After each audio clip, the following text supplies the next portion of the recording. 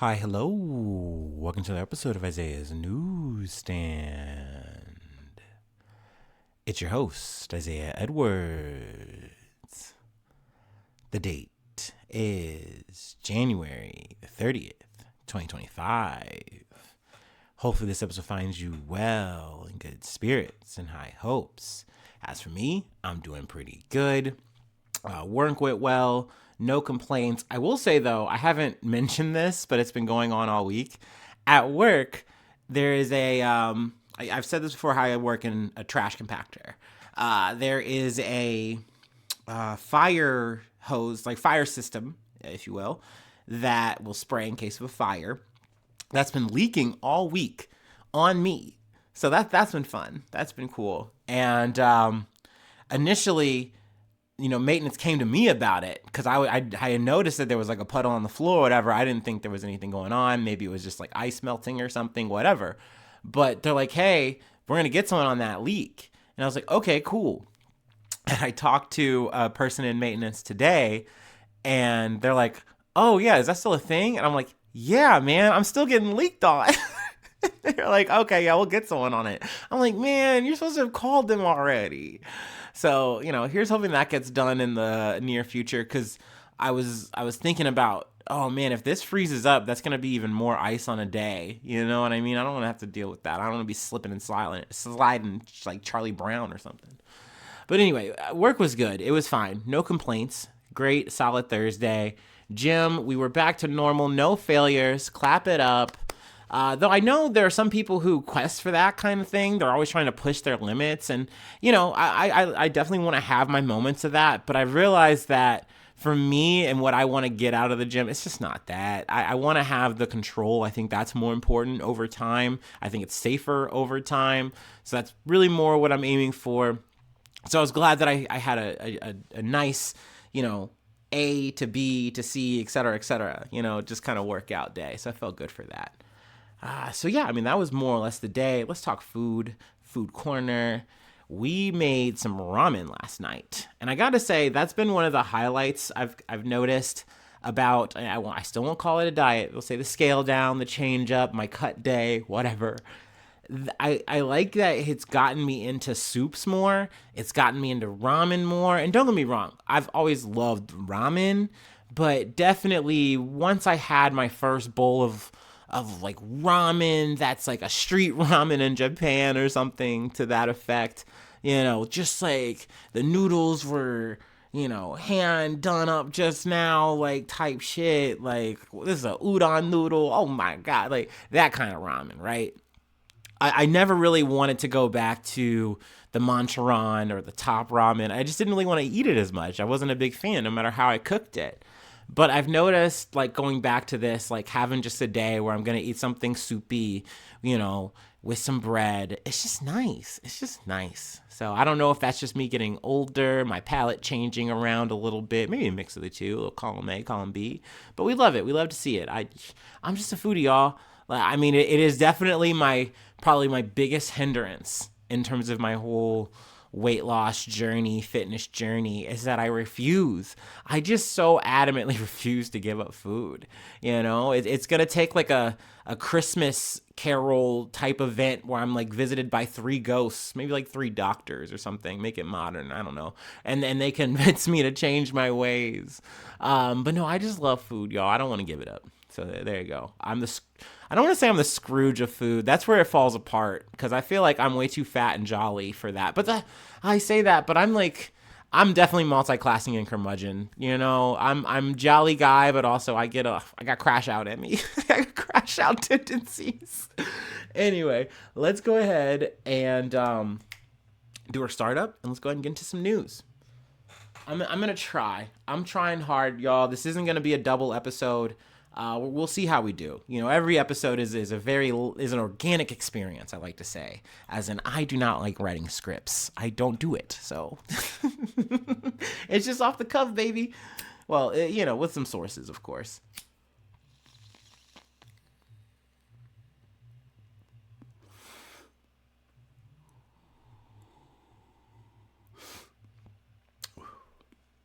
Speaking of organic, I don't know if these surrounding sounds are going to pick up from my neighbors upstairs. Sounds like they're listening to something interesting. I can't make heads or tails of it.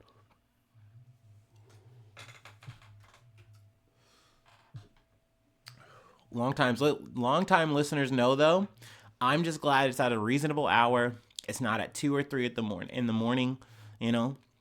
By all means, you can play whatever you want, max volume. I mean, preferably not. I'm over here doing a podcast and whatnot. That would be a pretty big bummer if I had to deal with that. But, whatever. I digress. All right. Ooh. From CNN. January 30th, 2025. 8 hostages freed from Gaza amid chaotic scenes as Palestinian prisoners released. 8 hostages, 3 Israeli and 5 Thai nationals, were released from captivity in Gaza on Thursday. Israeli authorities initially delayed the release of 110 Palestinian prisoners after what they said were unacceptable chaotic scenes at the hostage handover in southern Gaza, before continuing with their release later Thursday. Which I would say this is just bullshit. I was initially, when I was listening to this on the way to work on the BBC, like, I got halfway through and I was like, ooh, just ready to clench my steering wheel about this shit. And then you hear, okay, but we are going to, work it out later. And also, like, the BBC is telling me this and they're getting it before it's fully resolved in the moment, right? So it's like, I kind of realized, like, okay, we're probably going to hopefully hear a time when the Palestinian prisoners are going to be released. And we did, and it was today, so that's good. Israeli soldier Agam Berger was the first to be released by Hamas. Arbel Yahud, who was a delayed prisoner from the Palestinian side, or I'm not saying not prisoner, but hostage. See, that's the thing that sucks here, right? Is because verbiage here is always hostages. But then on the other side of it, these are always considered prisoners, even though these are people who just get randomly picked up, locked up, and if you're lucky, you get a trial. And sure, yes, there are going to be some violent ones, but more times than not, we are talking about people who are just being taken up and they get asked, why were you put into prison? It's like, I don't know. They didn't have to give me a reason. I had to sit there indefinitely, and now I'm finally getting let out. So here we are. It's crazy shit. But yeah, you just kind of have to run with the blanket prisoner here. That's why it's like you'll hear like just children and shit. It's like, well, what were they doing? And they'll be described as if they were just terrorists, like they were doing something. But it's like more times than not, we were talking about, oh, they threw a rock or something, or they might have been in the way, and they're like, well, no, you're actually a threat. Anyway, I'm getting in the weeds, and it's the first thing. In phase 1, the current phase of the ceasefire and hostage release deal, a total of 33 Israeli hostages taken captive by Hamas and other armed groups in the October 7th attacks are supposed to be freed. Israel is expected to release around 2,000 Palestinian prisoners in turn. 2 rounds of releases have already taken place. 8 of the remaining Israeli hostages set to be released are dead, according to the Israeli government. So we'll go ahead and leave that there. Excuse me. Our next story comes from CBS News. What we know about the American Airlines plane and Army helicopter crash over DC's Potomac River. A passenger jet and a Black Hawk helicopter collided in midair Wednesday and crashed into the Potomac River near Reagan National Airport near Washington, D.C. President Trump confirmed Thursday there were no survivors. Many of the victims have yet to be publicly identified. The plane, American Eagle flight number 5342, a regional jetliner, was carrying 60 passengers and 4 crew members on a flight from Wichita, Kansas. There were 3 soldiers aboard the U.S. Army Sikorsky H-60, a Defense Department told CBS News. At least 40 bodies had been recovered as of Thursday evening, a law enforcement source told CBS News. District of Columbia Fire and Emergency Medical Services John Chief Donnelly earlier said that efforts at the scene had switched from rescue operation to a recovery operation. I just remember hearing about this story at the end of the night, and then at the top of the day getting the details and just hearing like, damn, like there's just no survivors. Also, I believe this is the first time in 15 years that a American commercial flight went down in America. And there's not many details as of yet, even though they did recover the black box. It looks like both the helicopter and the helicopter pilot, the airline pilot, both made note of each other. They noticed each other, but for some reason they weren't able to dodge each other. It's also worth noting too that this is very busy air traffic space over Washington, D.C. A lot of planes coming and going. Then you have the military aspect as well. And then I was just literally thinking about this. You just add some drones, add some birds. Like, just thinking about that shit day to day is crazy. It definitely it just makes you go like, damn, it's crazy that you, and obviously not to wish this out or manifest it, but it's crazy you don't have more incidents like this. Obviously, in my just small time, podcasting, we've covered a lot of plane incidents. But yeah, something like this, a collision, is not common. And I guess even more so when you say like, in America, like 15 years. Let's see here. A live stream camera at the Kennedy Center in Washington, D.C. captured the moment of the collision. The video has been verified by CBS News, shows an explosion in the area of the Potomac River at 8:47 p.m. Eastern. Let's see here. I want to skim ahead here. Top figure skaters from Russia and the United States, including 6 people with ties to the Skating Club of Boston, were among the victims. I know that was like a big fact that got mentioned here. Obviously very sad. And not to say that these people were more important than anyone else who was involved in this. But, it's just one of those things where it's like it's an international level event because it happens. But that often is the case when we're talking about like, something like a plane incident. So I definitely wanted to mention that. Let me keep scrolling ahead. And this is sad. Obviously, everything gets politicized. You cannot escape it. It's unavoidable. But just naturally, when we have a president like Donald Trump, he will take any opportunity to get an angle, to, make this about how it's not his fault. It's someone else's fault. So we got to get into this part. President Trump addressed the crash during a briefing at the White House Thursday morning, where he confirmed that there were no survivors. Let's see. I speak to you this morning in an hour of anguish for our nation, Mr. Trump said. He also criticized the Biden administration and attacked diversity initiatives, but offered no evidence linking the former president's policies to the crash. He mentions Obama, he mentions Joe Biden, and it's like if they weren't doing DEI hires, this wouldn't have happened, pretty much. He also adds too that he's been in a Black Hawk, and they just normally don't do that. Which is, it's crazy to say that. Like, he's like, man, I've been in one of them things. They normally rock real well. Like, everybody knows what they're doing. They move it. It goes this way, that way. It's fine, though. And I'm thinking this, and I'm also thinking this as me. Y'all know how I feel about a goddamn helicopter, bro. No, you aren't getting me in anything. I know Black Hawk Down. You ain't getting me on Black Hawk Down, whatever. No way. I don't fuck with helicopters. It's a plane is fine.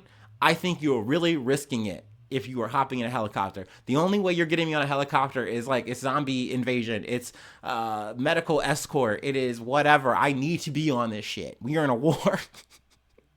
Okay, it's got to be Black Hawk up. Get me out of here.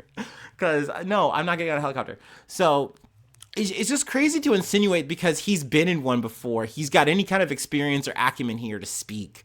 And then to just double up and say, hey, this is a DEI issue. If you let me cook, then we won't have this shit happening ever again. It's also worth mentioning, too, that the FAA is stressed to the limit. That this has been an ongoing issue. It was something that the Biden administration was trying to address. I remember listening to this, I believe, on The Daily, and then also on the Wall Street Journal. They had some episodes on it, which is a shame that the fucking Daily, paywalls their shit now. Because now I reference it, but you have to literally pay them money to even listen to the shit if it's there. So that's frustrating, but it's just weird to try to capitalize literally on the deaths of people to try to make your fucking point here. It's insane to me when you're literally not doing anything to fix the problem. He's like saying, yeah, I got this new hire guy, he's gonna handle this shit, it's gonna be fine though. It's like, dude, I don't think so, man. I don't know. Let's just get to the bottom of this fucking issue. Like, if he had just did the thing like the top quote, that would have been fine. You keep it moving. But that's just not Trump's style. He's got to fucking hammer that in. He's got to make his point so that when he comes back around to trying to get this fucking shit peeled away and take more rights away from people, you understand and you'll parrot the lines and echo this moment. And you'll use the deaths of other fucking people to try to make Trump's point, which I love that for you, boo-boo. I love that. That's so great. Anyway, let's go ahead and move along. Actually, we can just kind of say that this is the split of the episode, even though we're talking about Trump just now. We're talking about some confirmation hearings. So I'm actually going to take a break now. It's a bit early, a little premature, but who knows? Maybe if I do this right, we won't be here too long, because I think we need a bit of a break. No, not to say that I don't love doing this. Y'all know I love yapping, but it's draining to talk about this shit in and out. I know all the time. It's a lot of details, and you know where the devil lives. Lives in those goddamn details.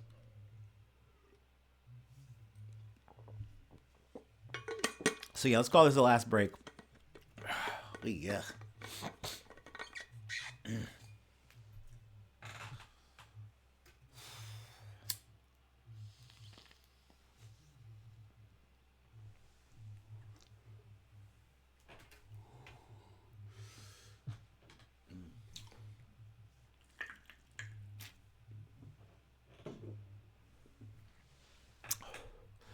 Okay, we'll go ahead and just kind of read these two headlines, sources, and then kind of riff about them a bit. From ABC News, Kash Patel hearing. FBI director nominee pressed on January 6th conspiracy comments, and more, really, there. From NPR, Tulsi Gabbard. Trump's intel chief pick grilled on Snowden, Russia, and Syria. So let's start with Patel. This confirmation hearing went 5 hours. That's crazy. A lot of detail.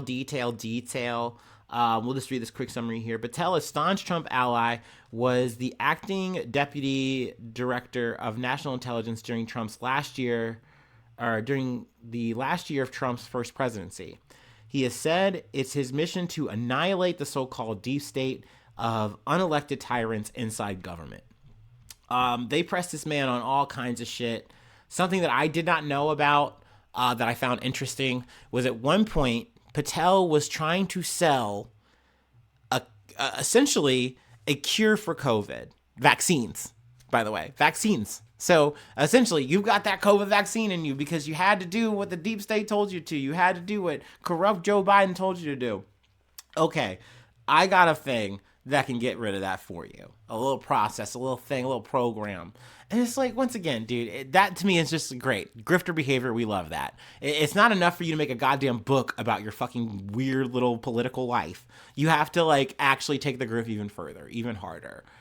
Which is, once again, it's akin to RFK Jr. Also a little bit of a extra little side bump there on that man. I believe he's having, a bonus hearing, a secondary hearing or something to that effect. So, whatever. But once again, another reason why I don't want to dwell too much on these guys and gals is because they're already shoo-ins. We've talked about this. Hegseth's in. We're calling him Defense Secretary Pete Hegseth. Full thing, He's the new Lloyd Austin. You have to accept these realities. I am. So I don't want to get into the guts of these people and why I don't like them and all this rah, blah, blah, when we already know that they're in. And we're just going to see how it shakes out, what they're going to do, with their new positions in the menagerie, in the cabinet, if you will. But yeah, I mean, it's also cringe too how some of these guys will just lie when they don't have to. Once again, that you pretty much are shooing to get this fucking job now. So why are we literally saying, no, I didn't say that shit, bro? When there's a podcast of you saying the shit. It's wild to me. It doesn't make any fucking sense. For Patel, essentially him and his support of the January 6th choir, he literally recorded them and made a song for them, like the little J6 choir. Also, that's a whole other thing that I haven't really talked about is like, I think there's been like at least 2 or 3 situations of January 6 guys who have been let out who were already in the mix for like, sexual assault against minors, or they wind up getting killed by the police when they get out because they die in a traffic stop and they have a gun and they're going to fucking use it. And, that happens. That is what that is, right? That's really all I really wanted to pull that I found interesting from Patel in this, though. I mean, I would definitely tell you, hey, it's worth reading. It's worth, if you really want to get into it, to actually watch, I'm sure. It's a show. And to some extent, yes, you appreciate the theater of the Democrats to like point the shit out and make note of it for the record. But once again, we all know how it's going to fucking go. So we can move on to Tulsi. I've made more or less my opinions pretty clear on Tulsi Gabbard. I think she's a freak, and not in a cool way. She's a switcherooer. She likes to be a turncoat, and I get it. You're gonna play your own fucking moves to get where you got to go. I mean, hey, you're coming out of Hawaii. That's a democratic situation, so you're a Democrat until, hey, maybe there's a way that you don't have to be anymore. Who gives a fuck? You're just gonna try to excel. Let's see. Let's pull here. A former U.S. representative from Hawaii, Gabbard ran for president as a Democrat in 2020 before shifting right, officially joining the Republican Party and backing President Donald Trump in October 2024. She does not have an intelligence background. I mean, this is a common thing. I've seen this out of Gabbard, where they've pointed out when they like try to press her about what the job is, she doesn't actually fucking know. And RFK had this issue too, where he's asked a question and he more or less just tries to regurgitate a party line about it. And it's like, from his perspective, and it's like, okay, so you don't know what the fuck we're talking about. And you're about to be, health and human services or whatever the fuck. And for Gabbard, it's, director of national intelligence. And look, I get it. As a fucking podcaster out of his fucking bedroom, yeah, you gotta fake it till you fucking make it. I'm with that part. Sometimes the moxie of some of these motherfuckers in this whole MAGA movement are the only thing that are really interesting. Though you gotta know that technically these are outsiders. These are the outsiders that Trump turned, the converts, if you will. They saw the light. But yeah, I mean, she shifted and grooved. I think something I did learn here out of the Gabbard confirmation was her staunch support of someone like Edward Snowden. I didn't know how deep that ran, that was literally an issue that she like really fought. Let's see, because here we go. Gabbard introduced legislation in 2020 that would repeal Section 702 of the Foreign Intelligence Surveillance Act, a program that allows the U.S. intelligence community to collect foreign communications without a warrant. U.S. officials have said the authority is vital for getting sensitive insights into threats ranging from cyber attacks to terrorist plotting, while privacy advocates have urged lawmakers to reform the law and add additional protections. Gabbard has said she wanted to repeal Section 702 over concerns that citizens' communications get caught up when the U.S. taps foreign nationals, allowing for domestic surveillance without a warrant in violation of the Fourth Amendment. So it's like, she's spinning here. Like, this makes sense. And it's one of those things, once again, to kind of lump people together. RFK makes sense sometimes. It's not impossible that these people are right sometimes out of the crazy bullshit that they be saying and doing. But then you also have the situation where she will just parrot sometimes whatever the fuck someone like Putin says. Or she has a little powwow chit-chat with fucking Bashar al-Assad, let me get his whole name right, and essentially comes out of that saying, yeah, he wasn't that bad. He didn't do any atrocities. Like, nah, you guys are kind of taking him out of context. He did what he had to do. Like, that type of shit. It's like, dude, this is the kind of shit that when it's really brought to the fore, people on both sides of the aisle don't like you, Republican or Democrat. But here she is, because at the end of the day, it doesn't matter to Trump. He's looking at her like she's rogue, and it's like, I mean, okay, I will give Gabbard credit. She got the motion. At least she's coming in the all white. She got the little rogue streak or whatever. I mean, good for her. But she kooky. And plus, when I know that, it's like, yo, she is literally Hare Krishna. Like, it's like, what? And I'm not even getting into the Islamophobia that she's packing, bro. It just doesn't feel right. It doesn't feel good. So I'm not a Gabbard fan. I'm just not. So that's when I say she's a freak. I'm trying to just give you that little sampler, a little taste of what I'm coming out with. How am I feeling about that from what I've seen and read and learned and listened about her. So no, I'm not a fan. I'm not a fan of any of these motherfuckers. All right. But these are more or less the highlights to my knowledge, to my memory. I don't know what other notable quotables that are in the cabinets that's left to be heard. I don't know. We'll see. We'll get to them if they're worth mentioning. And I hope not, because I want to be over this phase already. It's already gross. It's already not fun. The vibes are shit. They're fucked. But it is what it is. We move. I'm going to call it an episode there. If you'd like to help out, support the effort, I do have a Patreon. Patreon.com/Isaiah News. If you would like to help out, or if you'd like, free ways to hit me up. I'm sorry. Patreon.com. So I'm just skipping. IsaiahNews1@gmail.com. That's a free way to hit me up. Also, you can find me on any of the socials, Facebook, Instagram. Every once in a while, I'll hit a wave where I'm like, let me follow some of my friends. Doop, doop, doop. And it's always nice when they follow back, so I appreciate that. But yeah, I mean, you can follow me on any of the socials. Subscribe to the YouTube. That's a free way to help out the effort. Leave a like. Leave a cool comment. And sharing is caring. Hopefully I see you soon for some more good news. I love ya. Bye-bye. Mwah.